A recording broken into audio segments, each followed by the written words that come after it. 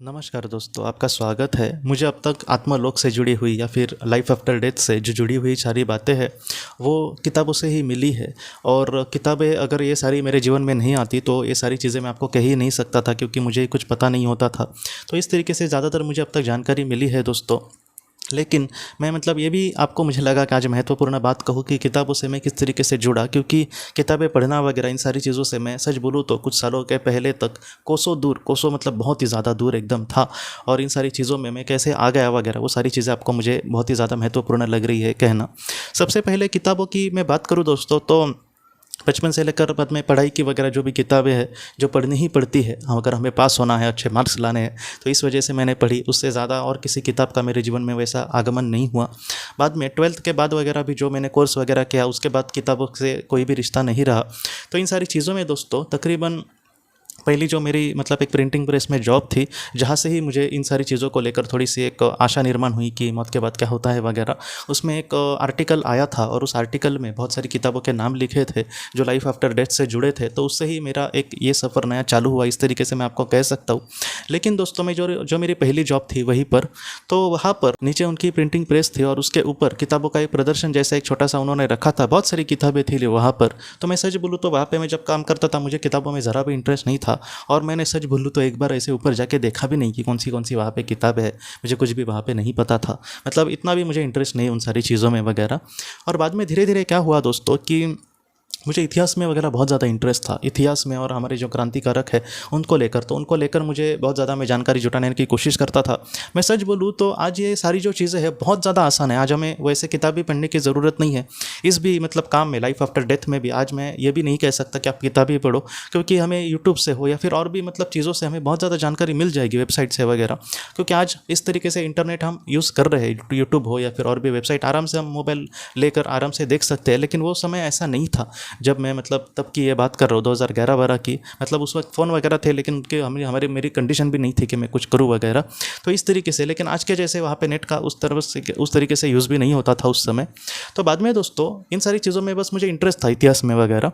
लेकिन बाद में मैं कुछ काम से अपने मुंबई गया था और मुंबई में मेरा जो चचेरा भाई था उसके साथ में उसको कुछ किताबें खरीदनी थी, क्योंकि वो कुछ एग्ज़ाम वगैरह देता था सरकारी। उसके लिए उसने कुछ किताबों खरीदने के लिए मुझे कहा कि तुम आ रहे हो क्या। तो हम लोग मुंबई में दादर नाम का एक जगह है, आपको पता होगी। और वहाँ पे दोस्तों दादर में हम लोग वहाँ से उसके लिए किताबें ढूंढ रहे थे। तो वहाँ पे दादर में एक बहुत बड़ी किताबों की दुकान है जो मुंबई के उनको पता होगा, आइडियल नाम की।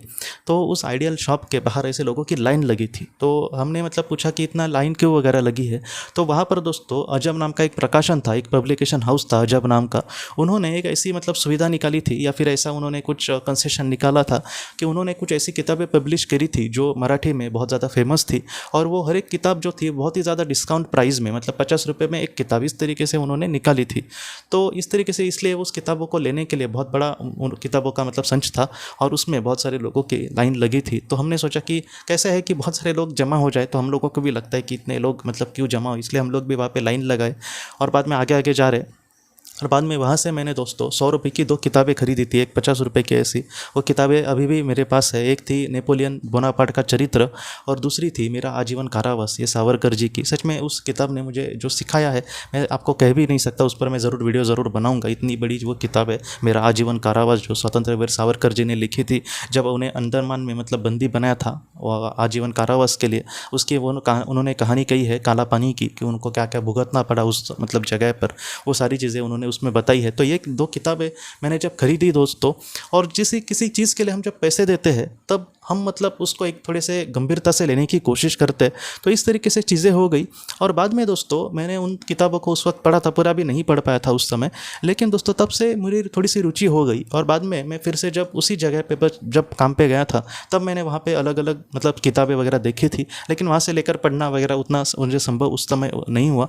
लेकिन दोस्तों तब से मेरी रुचि हो गई। बाद में मैंने आपको बोला वो आर्टिकल मैंने पढ़ा और तब से मैंने सबसे पहली जो किताबें खरीदी थी इस विषय को लेकर वो सेम सोल मैनी बॉडीज़, ये डॉक्टर ब्रायन विच जी की किताब, मुझे लगा था कि वो उनकी पहली किताब होगी, लेकिन उनकी वो पहली किताब नहीं थी। लेकिन पहले मैंने वो खरीदी थी, बाद में मैनी लाइव्स मैनी मास्टर से मुझे पता चला कि उनकी पहली किताब थी। तो इस तरीके से ये मतलब सफ़र चालू हुआ। अब मैंने बहुत सारी किताबें मतलब पढ़ने की कोशिश करी है, कुछ PDF भी किताबें मैंने खरीदने की कोशिश करी है, क्योंकि वो कुछ मतलब बहुत सारी किताबें भारत में मिलती नहीं है। तो इन सारी चीज़ों से मेरा ये सफ़र चालू हुआ। तो मैं यही कहना चाहता हूँ दोस्तों कि भगवान जो है या फिर जो यूनिवर्स है, हम किसी भी रूप में उसको देख सकते हैं, तो वो हमारे लिए सोचता है, वो हमारे लिए बहुत बार अच्छा होता है। इस काम से मुझे मतलब आज मैं बहुत ही ज़्यादा खुश हूँ, या फिर बहुत कुछ मतलब मेरी मतलब अर्निंग हो रही है, ऐसे मैं कहीं नहीं सकता। सच बोलो तो कभी कभी चीज़ें और भी डाउन में कभी कभी चली जाती है, लेकिन फिर भी एक मन में समाधान होता है कि मैं कुछ अच्छा काम करने की कोशिश कर रहा हूँ। तो इस तरीके से चीज़ें हैं दोस्तों। तो मैं आपको यही कहना चाहता हूँ कि एक जो यूनिवर्स या फिर जो महाशक्ति है वो हमारे सामने क्या पल ला रहे हैं, इसको थोड़ा सा समझने की कोशिश करना। कभी कभी कुछ लोग मतलब मैंने भी देखा है कि मुझे ये करना है वो करना है, लेकिन उस तरीके से रास्ते जब उनके सामने आते हैं तो वो लोग उसके लिए कोशिश भी नहीं करते। उनको लगता है कि नहीं ये ठीक नहीं होगा वगैरह। तो आप मतलब करो ऐसे, मेरा कहना है कि अगर वो ठीक ठाक अच्छा काम है तो आप करने की कोशिश करो। ज़्यादा से ज़्यादा उसमें आप असफल हो जाओगे तो उसके बाद आप दूसरा भी मतलब दूसरा तो ऑप्शन नहीं जो अभी आप कर रहे हैं। लेकिन दोस्तों बोलते हैं ना कि एक मैं हमेशा यही सोचता हूँ कि मरना है तो कुछ करके मरना है, ऐसे ही मरने से अच्छा है कि कुछ करे। मतलब हमें भले ही उसमें असफल हो जाए, लेकिन मरते समय ये तो हमें मतलब थोड़ा सा मन में समाधान रहेगा कि कहीं ना कहीं मैंने कोशिश तो करी। तो इस तरीके से आप मतलब इस तरीके से मतलब सबसे पहला तो मैं काम यही कहूँगा कि दिल से प्रार्थना करना, क्योंकि तब से हो सकता है कि उस तरीके से दरवाजे हमारे सामने आ जाए। कभी कभी बिना प्रार्थना के भी सारी चीज़ें होती है, मैं मानता हूँ, लेकिन जो लोग अपने जीवन में थोड़े से दुखी है, उनको कुछ समझो लाइफ पर्पज़ नहीं मिल रहा है, या फिर कुछ उनको लग रहा है कि मैं कुछ करना चाहता हूँ, तो ऐसे समय से मैं सबसे पहली बात मैं यही कहना चाहता हूँ कि आप प्रार्थना करना, उस तरीके से आप कोशिश करना। उससे जुड़े हुए कुछ अच्छे अगर लोग होंगे जो अच्छे से बात कर सकते हैं आपसे, तो उनसे आप थोड़े से मतलब बात करना, जिससे हो सकता है कि उनसे हमें और भी ज़्यादा नॉलेज मिले, क्योंकि वो पहले ही उस क्षेत्र में है तो उनको पता होगा कि उसमें क्या अच्छा है क्या बुरा है, किस तरीके से आपको अपॉर्चुनिटी मिल सकती है, संधि वगैरह। तो इन सारी चीज़ों को आप देखने की कोशिश करना। लेकिन भगवान को जहाँ पे जिस रास्ते पर आपको लेकर जाना है दोस्तों, वो ज़रूर लेकर ही जाएंगे। मैं सच बोलूँ तो ऐसे किताब ऐसी पढ़ी हो तो उसको खोल कर देखने भी वाला इंसान नहीं, लेकिन आज मैं मतलब मेरे पास ही कितना मतलब कलेक्शन बना है। 2 बार मैंने डोनेट भी करने की कोशिश करी, क्योंकि घर में रखने के लिए जगह नहीं है किताबों को। तो 2 बार मैंने जो ग्रंथालय वगैरह होता है, लाइब्रेरी, उसमें देने की कोशिश करी कुछ किताबों को। तो इस तरीके से है दोस्तों।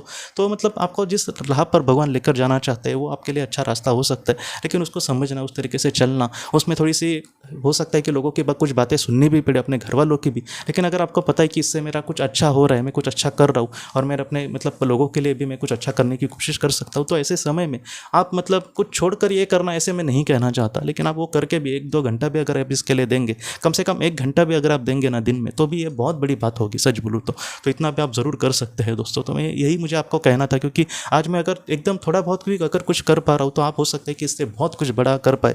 और उससे सच बोलूँ तो आपको जितनी खुशी नहीं मिलेगी फ्यूचर में, अगर आप अपने लाइफ में सक्सेस हो गए, तो उससे ज़्यादा खुशी मुझे मिलेगी कि आज कहीं ना कहीं भगवान इस तरीके से आपको भी कुछ अच्छा करवा रहे। तो इस तरीके से चीज़ें हैं दोस्तों। मैं दिल से यही प्रार्थना करता हूँ कि आपके जो सपने हैं, आपका जो जीवन उद्देश्य, आपका जो जीवन का मतलब सपना है, कहीं ना कहीं हमेशा पूरा हो, और ईश्वर हमेशा आपको और आपके परिवार को खुश रखे दोस्तों। तो दोस्तों हम अपने अगले वीडियो में मिलते हैं। आप अपने परिवार का ख्याल रखना। आपका बहुत बहुत धन्यवाद। अगर आपने किसी अपने को खोया है, और अगर आप किसी जेन्युइन भरोसेमंद थेरेपिस्ट की तलाश कर रहे जो आपके अपनों के संदेश आपको दे सके, तो आप इस नंबर पर व्हाट्सएप मैसेज कर सकते हैं। हम जितना हो सके आपको किसी अच्छे थेरेपिस्ट के बारे में बताने की कोशिश करेंगे, जो आपको बहुत ही अच्छे से संदेश दे और आप अपने जीवन में आगे बढ़ पाए। आपका बहुत बहुत धन्यवाद।